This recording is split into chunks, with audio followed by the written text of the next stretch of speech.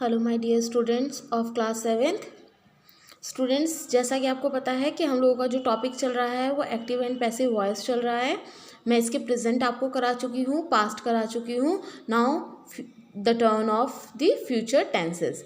Future में हम student से फ्यूचर इंडेफिनिट को चेंज करते हैं और फ्यूचर परफेक्ट को चेंज करते हैं। फ्यूचर कंटिन्यूस और फ्यूचर परफेक्ट कंटिन्यूस चेंज नहीं होता है। रूल्स सेम है। हेल्पिंग वर्ब में चेंज होना है, सब्जेक्ट बिकम्स ऑब्जेक्ट होना है, ऑब्जेक्ट बिकम्स सब्जेक्ट होना है, वर्ब की थर्ड फॉर्म यूज़ होनी है और बाय यूज़ होना है। रूल्स सभी जगह सेम है, सिर्फ चेंजेस जो लाने हैं वो इन दोनों में लाने हैं, मीन्स HV में चेंजेस लाने हैं। I told you many times. ठीक है स्टूडेंट्स, तो हम एक बार देख लेते हैं कि फ्यूचर इंडेफिनिट से जब हम फ्यूचर कंटिन्यूस में चेंज करते हैं तो किस टाइप के हमारे चेंजेस होते हैं। जब हमने फ्यूचर इंडेफिनिट को देखा तो उसकी जो HV होती है स्टूडेंट्स वो विल और शैल होती है। ठीक है, फ्यूचर इंडेफिनिट की HV विल और शैल होती है और फ्यूचर कंटिन्यूस की होती है विल बी शैल बी। तो हम फ्यूचर इंडेफिनिट के जितने भी एक्टिव वॉइस वाले सेंटेंसेस होंगे उन्हें हम फ्यूचर कंटिन्यूस में चेंज करेंगे जब हम पैसिव वॉइस बनाएंगे। ओके, तो फ्यूचर इंडेफिनिट जब हम लिखते हैं तो जो हमारा रूल होता है वो होता है subject plus helping verb plus verb की फर्स्ट फॉर्म और प्लस ऑब्जेक्ट। पर जब हम उसका पैसिव वॉइस बनाएंगे तो ये ऑब्जेक्ट यहाँ आ जाएगा, हेल्पिंग वर्ब इसकी जगह ये वाली यूज़ होगी, V1 की जगह V3 यूज़ होगी, बाय ये सब्जेक्ट यहाँ पर आ जाएगा। ये मैं हमेशा आपको बता रही हूँ कि ये इससे शुरू होगा सेंटेंस और इस पर ख़त्म होगा। ठीक है, V1 की जगह V3 आएगा, हेल्पिंग वर्ब सेम रहेगी पर इसकी जगह ये वाली आएगी और बाय वर्ड। जैसे एग्जाम्पल देख लेते हैं हम लोग। Ram will write a letter, यानी कि राम एक लेटर लिखेगा। तो ये हमारा क्या है, ऑब्जेक्ट। तो ये ऑब्जेक्ट जो है वो बन जाएगा सब्जेक्ट, यानी कि अ लेटर। विल है, विल जो है वो प्रेजेंट इंडेफिनिट की HV है, प्रेजेंट कंटिन्यूस की विल भी है। तो हम क्या लिखेंगे, a letter will be write की third form written by Ram. ठीक है, Ram will not write a letter. अगर नॉट वाले आते हैं, नेगेटिव वाले आते हैं तो हम क्या करेंगे, ऑब्जेक्ट को सब्जेक्ट बनाया, अ लेटर विल की जगह will be not, will not भी आएगा स्टूडेंट्स, विल नॉट बी। जब भी नॉट होता है और दो वर्ड्स होते हैं तो उसके बीच में लिखते हैं उसे, a letter will not be written by Ram. अब इसी का अगर इंटरोगेटिव देखें कि will Ram write a letter, तो विल की जगह विल ही रहेगा, बी आएगा तो बी सब्जेक्ट के बाद आएगा, will subject a letter be written by Ram. ठीक है, तो इसी तरह से हम इनके सेंटेंसेस को चेंज करते हैं। फिर से सुन लीजिए, चेंजेस हम हमेशा हेल्पिंग वर्ब में करते हैं। हेल्पिंग वर्ब जो फ्यूचर इंडेफिनिट की है वो विल है और फ्यूचर कंटिन्यूस की है विल बी। फर्स्ट फॉर्म की जगह थर्ड फॉर्म बाय, और ये ऑब्जेक्ट सब्जेक्ट बन जाएगा और सब्जेक्ट जो है वो ऑब्जेक्ट बन जाएगा। ठीक है, मैं अगेन एंड अगेन आपको समझाया जा रही हूँ, बट आप लोग एक्सरसाइजेज मुझे करके नहीं दिखा रहे हैं। सिर्फ एक स्टूडेंट है जो एक्सरसाइज सॉल्व करके दिखा रहे हैं मुझे। इट मीन्स आप लोग वीडियो ध्यान से नहीं सुन रहे हैं और आप लोगों को इसके रूल्स पता नहीं चल पा रहे हैं, इसीलिए ऐसा हो रहा है। ठीक है, तो थोड़ा सा ध्यान से रहिए, केयरफुल रहिए ताकि आप इन्हें समझ पाएँ अच्छे से। वीडियो पॉज कर लिया करो और देखा करो कि मैम ने किस तरह से कौन सा वाला रूल हमें समझाया है। बात हो गई हमारी फिनिश, फ्यूचर इंडेफिनिट की बात फिनिश हो गई है। अब हमारा फ्यूचर कंटिन्यूस जो होता है उसे हम चेंज नहीं करते। सी, फ्यूचर कंटिन्यूस में नो चेंज। अब हम फ्यूचर परफेक्ट को चेंज करेंगे फ्यूचर परफेक्ट कंटिन्यूस में।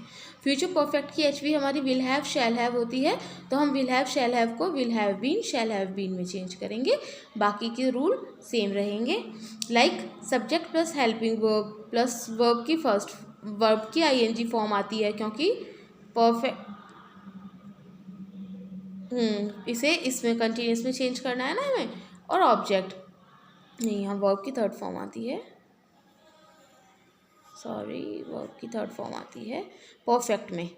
ठीक है, subject plus helping verb plus verb की थर्ड फॉर्म प्लस ऑब्जेक्ट होता है, पर जब इसे हम पैसिव वॉइस में चेंज करेंगे तो ये जो ऑब्जेक्ट है वो पहले आ जाएगा, हेल्पिंग वर्ब यही रहेगी यानी कि इसकी जगह ये वाली आ जाएगी, V3 तो V3 ही रहती है इसमें, बाय ये वाला सब्जेक्ट इधर आ जाएगा।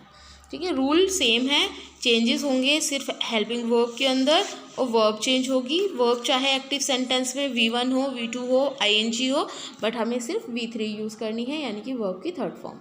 अगर हमारा एक्टिव सेंटेंस पॉजिटिव है और ऐसे लिखा है कि Sheela will have learn a lesson, will have लिखा है तो हम इसे चेंज करके विल हैव बीन कर देंगे, ठीक है। अ लेसन ऑब्जेक्ट है, इसे हमने सब्जेक्ट बनाया, सब्जेक्ट के बाद हेल्पिंग वर्ब लगाई, विल हैव बीन, लर्न की थर्ड फॉर्म लिखी बाय शीला, यानी कि शीला सब्जेक्ट थी, उसे हमने ऑब्जेक्ट बना दिया। अब इसी का नेगेटिव अगर हम देखें कि Sheela will not have learn a lesson, यानी कि विल नॉट हैव है तो विल नॉट हैव बीन लिखेंगे हम, तो अ लेसन की जगह यहाँ आया will not have been learn by Sheela. यहाँ स्टूडेंट अगर ये स्मॉल में है तो यहाँ पर कैपिटल होगा क्योंकि हम इसे सब्जेक्ट बना रहे हैं, और सब्जेक्ट होगा तो स्टार्ट होगा तो कैपिटल से ही होगा। Will Sheela have learn a lesson, क्या शीला एक लेसन लर्न करेगी, तो अ लेसन लिखने से पहले विल की जगह विल हैव बीन आएगा, तो पर पहले सब्जेक्ट आएगा will, subject have been learn by Sheela, ठीक है। आई होप आप लोगों को यहाँ तक समझ आया होगा। यहाँ पर आकर आपके अभी एक्टिव पैसिव फिनिश नहीं हुए हैं, ये सिर्फ आपके अभी टेंसेस वाले फिनिश हुए हैं, इसके बाद आपके इम्पेरेटिव भी होते हैं। हम प्रेजेंट की एक्सरसाइज एक कर चुके हैं, पास्ट की एक एक्सरसाइज कर चुके हैं, अब फ्यूचर के लिए एक एक्सरसाइज आप देख लीजिए। ये एक्सरसाइज नंबर 3 है, change the active voice in passive voice. Ram will buy a new computer, Ram will buy a new computer, यहाँ सिर्फ विल आया है, ना बी है ना शैल है ना हैव है, विल आया है तो इट मीन्स ये इंडेफिनिट है, और इंडेफिनिट को हम चेंज करेंगे कंटिन्यूस में, यानी कि विल बी में, तो a new computer will be bought, by की third form bought by Ram, ठीक है, पैसिव वॉइस क्रिएट हो जाएगी। You will not do it, ये फ्यूचर इंडेफिनिट का नेगेटिव टेंस है, you will not do it, यानी कि it will not be, do की third form done by you. Our boss will sign the contract, यानी कि हमारा बॉस जो है वो कॉन्ट्रैक्ट साइन करेगा, विल है यानी कि ये भी फ्यूचर इंडेफिनिट है, इसे फ्यूचर कंटिन्यूस में करेंगे तो विल भी हो जाएगा, यानी कि the contract will be, sign की third form sign by our boss. Will the plumber repair the shower, क्या प्लम्बर जो है वो शावर को रिपेयर करेगा, तो विल का विल यहीं रहेगा, will the shower be repaired by the plumber, ठीक है। Will the company employ a new worker, ये क्या कंपनी एक नए वर्कर को रखेगी, तो विल का विल रहेगा, will a new worker be employed by the company, ठीक है students. Frank will have ordered the drinks, यानी कि फ्रैंक और विल हैव, यहाँ विल हैव आया है तो इसे विल हैव बीन में चेंज करेंगे, यानी कि the drinks will have been ordered by Frank. You will have spent all the money, यानी कि all the money will have been spent by you. They will not have read the book, will not have आया है तो will not have been में change करेंगे, the book will not have been read by them, they का them हो जाएगा। Will they have paid the bill, will have आया है यानी कि विल हैव बीन में चेंज करेंगे, यानी कि will the bill have been paid by them, ठीक है। ये मैंने यहाँ पर सॉल्व कर दिए हैं, ठीक है, देख लीजिएगा ध्यान से।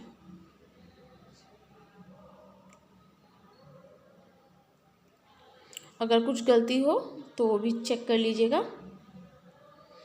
अ computer will be bought by Ram, it will be done by you, the contract will be sign by our boss.